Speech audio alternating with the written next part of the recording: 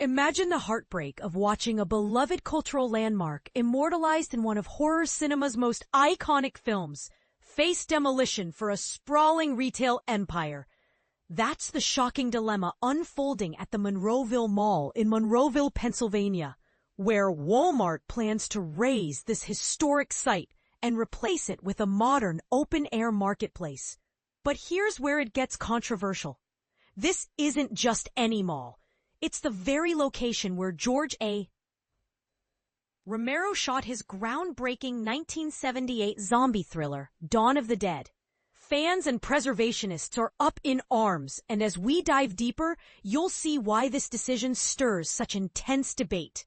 Keep reading to uncover the full story behind this cinematic clash between consumerism and legacy. In a decision that's ignited fury among horror aficionados and history buffs alike, Walmart has revealed its intention to acquire and tear down the venerable Monroeville Mall, a spot etched into pop culture as the filming grounds for Romero's seminal zombie film, Dawn of the Dead. Available for purchase here. https amazon.to/3WPDNN. The corporate behemoth aims to substitute this aging structure with a vibrant outdoor shopping district that includes a Walmart supercenter, a Sam's Club warehouse store, and an assortment of eateries and boutique shops.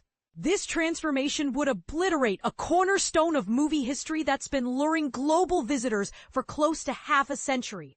Following Walmart's recent purchase of the property through investment intermediaries, as detailed in this Cord Cutters News article. https cordcuttersnews.com. Walmart expands empire with Walmart Smart TVs streaming and now mall ownership after buying the home of 1978's Dawn of the Dead. Nestled in a suburb of Pittsburgh, the Monroeville Mall played a starring role in Romero's influential flick, serving as the setting for a story that cleverly skewers unchecked materialism amid a zombie outbreak. To help beginners grasp this, think of it as a movie that uses the undead as a metaphor for how society might descend into chaos if we prioritize shopping and greed over human connection. Much like how the film's characters hole up in a mall, only to face the consequences of their isolated, consumer-driven lives. Back in the late 1970s, when the film was made, the mall represented cutting-edge modernity.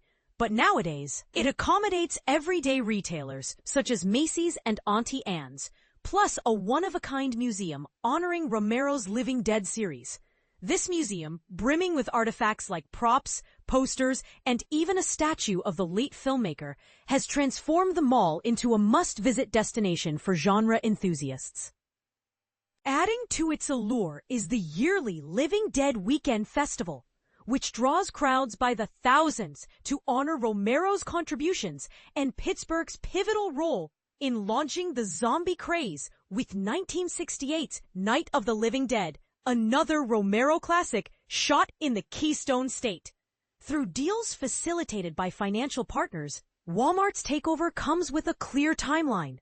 Lessees must clear out by April 2027, paving the way for the demolition to kick off.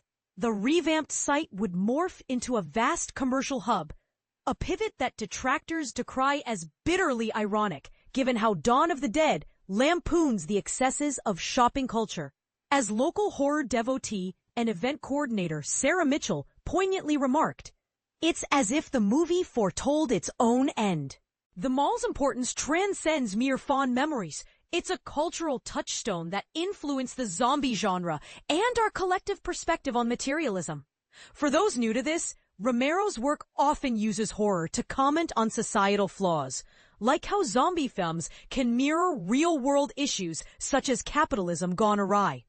Over the decades since 1978, the Monroeville Mall has undergone numerous changes, with updates shifting its layout from the spacious, inviting design captured on screen to something more contemporary. Still, its cultural significance endures, enticing visitors who stroll its corridors while picturing the survivors fending off zombie swarms. The Living Dead Museum, though modest, stands as a treasure trove of Romero's memorabilia, offering a heartfelt nod to the mall's lasting impact on film history. Walmart, on the defensive, emphasizes the economic perks and necessity of updating. This fresh development will generate employment opportunities and breathe new life into the community, explained a corporate representative. Yet supporters of preservation contend that demolishing the mall trades irreplaceable heritage for mundane commercial development. Museum steward David Carter voiced this sentiment strongly. This place isn't merely a shopping center. It's a sanctuary for Romero's creative genius. Once demolished, that heritage can't be reconstructed. And this is the part most people miss. The tension between progress and preservation isn't black and white. On one hand, Walmart's plan could boost local economies with jobs and modern amenities, potentially benefiting residents in ways that a fading mall can't. But on the other, sacrificing a site tied to cinematic innovation raises questions about whether we're undervaluing cultural landmarks in favor of profit. Is this a savvy business move or a short-sighted erasure of history? As the 2027 deadline approaches, enthusiasts are encouraged to make a final journey to the Monroeville Mall for a last look. Will it reanimate in some form, echoing Romero's undead themes? Only time will tell. But the campaign to protect it continues fiercely. What do you think? Should cultural icons like this be protected at all costs, even if it means forgoing economic growth? Or does modernization take precedence in today's fast-paced world? Share your opinions in the comments below, and let's discuss whether this is a victory for progress or a loss for legacy. For more updates, add Cord Cutters News to your Google News feed here, https://www.google.com/preferences/source/cordcuttersnews. And follow us on Facebook at Cord Cutters News and X, Twitter, and BS for additional news. If you're seeking assistance with cord-cutting technology, check out our cord-cutting tech support Facebook group. www.facebook.com/groups16604-71549 for support.